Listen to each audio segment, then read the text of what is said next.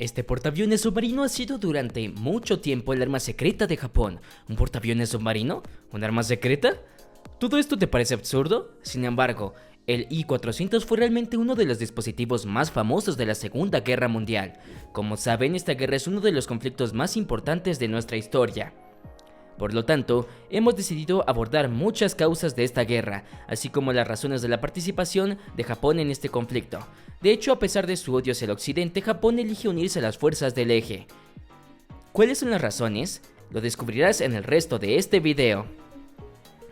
Ante su implicación en la guerra, Japón decidió poner todas las posibilidades de su lado. La clase I-400 nace así, convirtiéndose en la fuerza de la Marina Imperial japonesa. ¿Cuáles son las características del I-400? ¿Cómo fue puesta en servicio? ¿Cuál es su papel en el corazón de la Segunda Guerra Mundial? ¿Es realmente tan poderoso como imaginamos? La Segunda Guerra Mundial es definitivamente uno de los conflictos más importantes de nuestra historia, y las causas de este conflicto son múltiples. Después de la Primera Guerra Mundial, el mundo se encuentra en una situación crítica.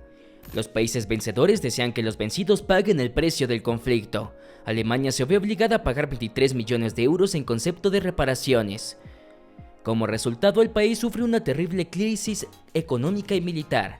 Esto genera un sentimiento de venganza, contribuyendo al ascenso del nazismo, pero todo comienza en el Diktat, impuesto por la firma del Tratado de Versalles. El 28 de junio de 1919, tras esta firma, termina el conflicto entre Francia y Alemania. Luego, las acciones a las tres potencias del eje, Alemania nazi, Italia fascista y Japón imperial, dan lugar a un conflicto desmesurado. Invaden numerosos territorios, en detrimento del derecho internacional. Sin embargo, es la invasión de Polonia el 1 de septiembre de 1939 la que lleva al conflicto. Además, el final de la Primera Guerra Mundial marca la creación de la Sociedad de las Naciones, encargada de prevenir guerras. Sin embargo, esto no es suficiente y el nazismo alemán arraiga rápidamente. Cuando termina la Primera Guerra Mundial, Japón adopta una doctrina ultranacionalista basada en la supremacía de la raza japonesa. Pero es en 1931 cuando Japón comienza a consolidar su poder en el Pacífico. Con la invasión de la provincia china de Manchuria en 1937, Japón inicia una ofensiva brutal contra China. Y es el 27 de septiembre de 1940 cuando el país firma el pacto tripartito con Alemania e Italia. Se une así a las potencias del eje. Sin embargo, Estados Unidos no está dispuesto a dejarse vencer. Incluso obligan a las tropas a abandonar Manchuria y China. En represalia, Japón ataca a las fuerzas estadounidenses y británicas en Asia. El objetivo es simple: reemplazar a Estados Unidos como potencia dominante en el Pacífico. De hecho, el ataque a Pearl Harbor, llevado a cabo por Japón el 7 de diciembre de 1941, daña gravemente a la flota estadounidense, así que declaran la guerra a Japón y luego a Alemania.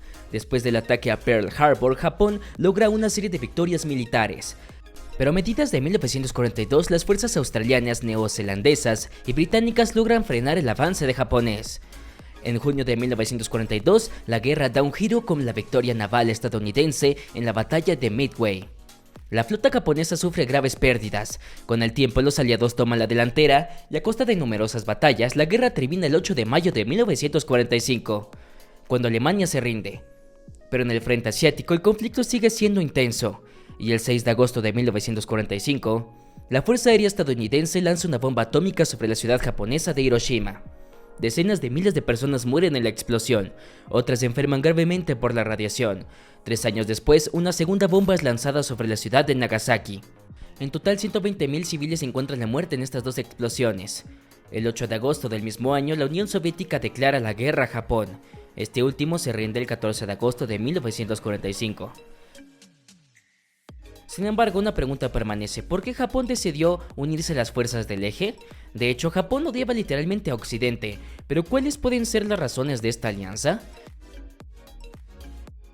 Incluso antes del inicio de la guerra, Japón comienza a acercarse a estos dos países. Al salir de la Sociedad de las Naciones, Japón, Alemania e Italia se aíslan diplomáticamente. Por lo tanto, buscan apoyo y las tres potencias se acercaron.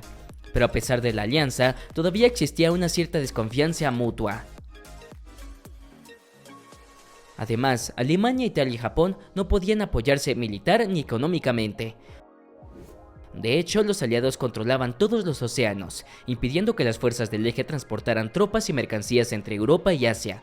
Por lo tanto, cada país se vio obligado a arreglársela solo. La alianza no fue realmente fructífera para los tres países. Como sin duda han entendido, Japón tenía grandes ambiciones en cuanto al poder. Por lo tanto, por esta razón, los submarinos más grandes jamás construidos ven la luz durante la Segunda Guerra Mundial. Así, la clase Sentoku I-400 es una clase de submarinos de la Marina Imperial japonesa. Hasta la llegada de los submarinos nucleares en la década de 1960, fueron las máquinas más imponentes.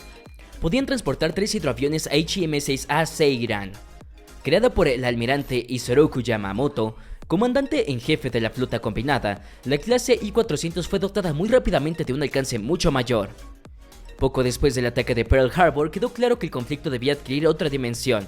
Se trataba de llevar a cabo ataques aéreos contra ciertas ciudades costeras estadounidenses, pero esto solo era posible con hidroaviones lanzados por submarinos. Se realizó un estudio de viabilidad para evaluar la viabilidad del proyecto. Se presentó una propuesta del 13 de enero de 1942. Preveía 18 grandes submarinos.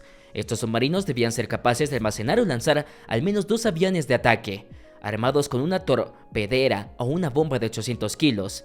El 17 de marzo del mismo año se finalizaron los planes generales de diseño. La construcción del submarino comenzó en los astilleros de Kure el 18 de enero de 1943. Se debían seguir 4 embarcaciones más. Solo se completaron 3. Con la muerte de Yamamoto en abril de 1943, el número de submarinos en proyecto se redujo y solo el I-400 y el I-401 entraron en servicio. El I-400 es por lo tanto el submarino convencional más grande jamás construido hasta entonces. Estos submarinos estaban equipados con 4 motores de diésel de 1680 kW, lo que equivale a 2250 HP. Transportaban suficientemente combustible para dar la vuelta al mundo más de una vez. Con su longitud total de 122 metros, desplazaban casi 5.900 toneladas, un récord. Además, la selección transversal del casco tiene una forma única en su género. Esto le permitiría conservar una fuerza y una estabilidad incomparables. El submarino transportaba un hangar de aviones inmenso. La torre de control estaba a babor, permitiendo el amarre de 3 bombarderos torpederos, equipados con flotadores. Los hidroaviones eran lanzados desde una catapulta de 37 metros en la proa del hangar. Una grúa plegable también permitía al submarino recuperar a los hidroaviones en el agua. Además de los 3 hidroaviones, cada submarino de la clase I-400 estaba marcado con 8 tubos de torpedos, ubicados en la proa del aparato. También había muchas otras armas presentes. Para la época, este dispositivo era verdaderamente revolucionario. La puesta en servicio del I-400 fue una bendición para Japón. El 18 de enero de 1943 el dispositivo es puesto en dique seco. Se lanza el 18 de enero de 1944. El 30 de diciembre se completa y se pone en servicio. Adscrito al distrito naval de Kure y asignado en la primera división de submarinos, el I-400 está rápidamente listo para participar en el combate. El I-400 es por lo tanto uno de los actores más importantes de la Segunda Guerra Mundial. Mientras que el I-400 está en el dique seco en Kure, la Task Force 58 de la Armada de los Estados Unidos lanza el primer ataque aéreo aliado contra el arsenal naval de Kure. Ese 19 de marzo de 1945, más de 240 aviones estadounidenses atacan los barcos japoneses en el puerto de Kure, causando muchos daños. Sin embargo, el I-400 no duda en contraatacar. Muy rápidamente se organiza la operación del Canal de Panamá. En junio de 1945, los submarinos y los hidroaviones incluso comienzan a entrenar para operaciones aéreas nocturnas. Se planeaba que los submarinos lanzaran 10 hidroaviones M6A1. Sin embargo, los múltiples obstáculos de esta operación llevan a la cancelación del ataque del Canal de Panamá el 12 de junio de 1945. El 25 de junio se da la orden. Se lanza el ataque Ulithi, como parte de la operación Arashi. Se realiza un reconocimiento del municipio, lo que permite señalar la ubicación de los portaaviones de las tropas aliadas. Por lo tanto, los I-400 y el I-401 debían lanzar 6 hidroaviones M6A1. Para preparar este ataque, el I-400 realiza numerosos entrenamientos y aumenta los viajes. Sin embargo, el 15 de agosto de 1945, las hostilidades entre Japón y los aliados terminan, por lo tanto se cancela el ataque Ulithi. Ante el fin de la guerra se ordena al I-400 izar la bandera negra en señal de rendición y desarmarse. Se destruyen las municiones, así como los mapas y documentos secretos a bordo. El 15 de septiembre, el I-400 es eliminado de la lista de la Marina. El 29 de octubre, el submarino se dirige a Pearl Harbor, donde entra en dique seco para ser evaluado. Después de una llegada triunfal, Pero las relaciones entre la Unión Soviética y Estados Unidos se deterioran rápidamente.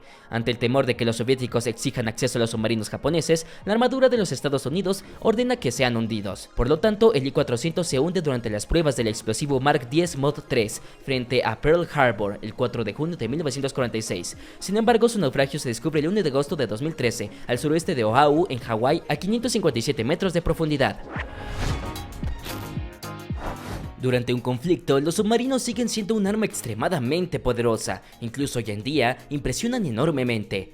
Gracias al I-400, Japón logró consolidar su poder, a pesar de la derrota de las potencias del eje. Por lo tanto, es uno de los dispositivos más importantes de la Segunda Guerra Mundial. De hecho, tal arma no era esperada por las fuerzas aliadas. Esto hizo que la lucha fuera mucho más difícil, marcando la historia de manera duradera. ¿Tiene el I-400 un lugar posible en nuestros conflictos actuales?